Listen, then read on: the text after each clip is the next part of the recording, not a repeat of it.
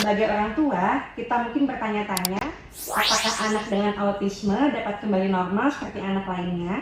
Halo guys, saya Dr. Mutia Angela, dokter spesialis anak di Super Kids. Saya Dr. Eugene, dokter spesialis kedokteran fisik dan rehabilitasi di Super Kids juga. Ya, parents, jadi autisme itu adalah gangguan perkembangan pada anak yang ditandai dengan adanya gangguan komunikasi dan interaksi sosial, perilaku berulang-ulang, dan juga minat yang terbatas. Ya, untuk gejalanya sendiri, tadi kan terkait dengan ada gangguan komunikasi dan interaksi sosial nih. Jadi kalau anak dipanggil, kadang dia suka nggak nengok gitu ya.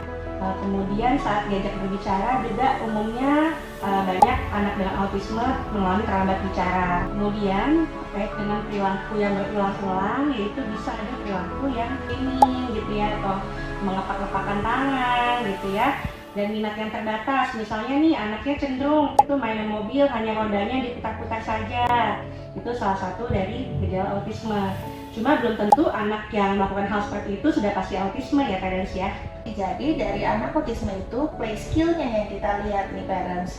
Jadi ada beberapa anak autisme itu yang play skill-nya memang bersifatnya konstruktif. Contoh, disusun-susun balok-baloknya, atau mobilnya diparkir-parkir susun-susun dengan yang seperti itu saja. Biasanya anak-anak dengan autisme itu kurang kreatif untuk mainnya.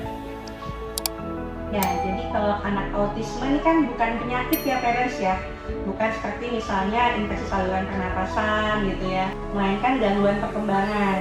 Jadi karena bukan penyakit, tentunya kita tidak berpikir tentang kesembuhan. Untuk gangguannya sendiri memang akan perlu terapi yang biasanya jangka panjang untuk mempertahankan baik itu fungsi bicaranya, kemandiriannya, fungsi belajarnya. Jadi ini kan berupa spektrum nih, ada dari ringan sampai dengan berat. Jadi anak-anak dengan autisme akan membutuhkan terapi yang biasanya jangka panjang. Jadi untuk kesembuhan kita nggak bisa bilang nih bahwa autisme itu nanti bisa sembuh nggak dok gitu ya. Setuju dengan Dr. Mulki.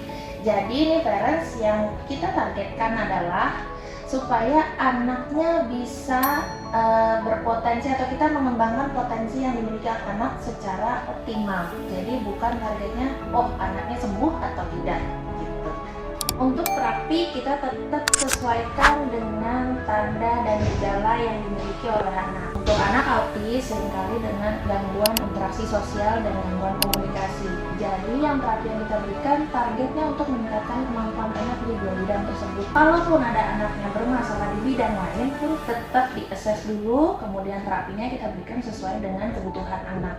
Selain itu, parent pada kondisi tertentu memang anak dengan autisme akan membutuhkan terapi medis ya, berupa obat. Tapi tentunya sesuai dengan indikasi nih, nggak bisa nih misalnya, dok anak saya dikasih obat aja gitu ya. Jadi memang sesuai dengan indikasinya nantinya.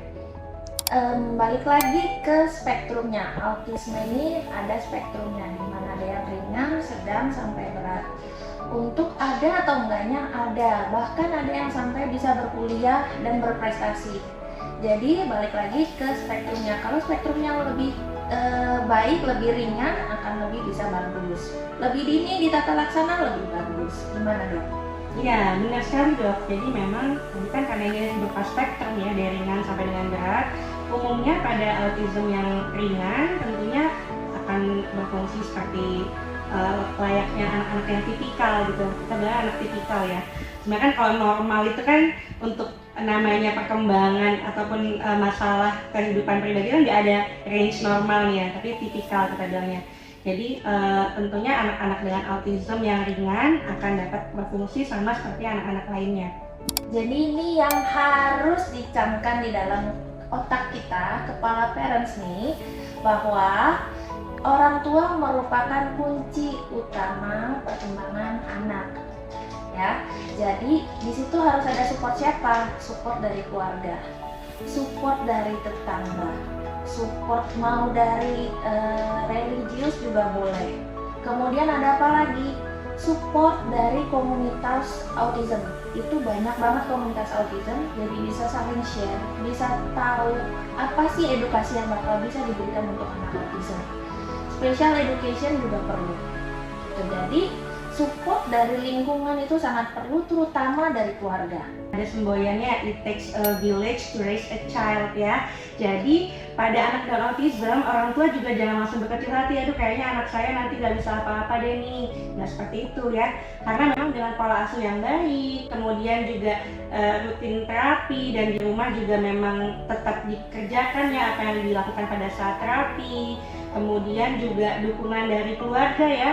Terutama juga kan anak dan autisme ya jangan sampai nih nonton gadgetnya berlebihan, kemudian makan makanan yang manis berlebihan gitu ya, jangan seperti itu. Jadi memang kembali lagi pada pola asuh dari keluarga dan juga dukungan dari keluarga. Jadi tetap semangat ya parents ya.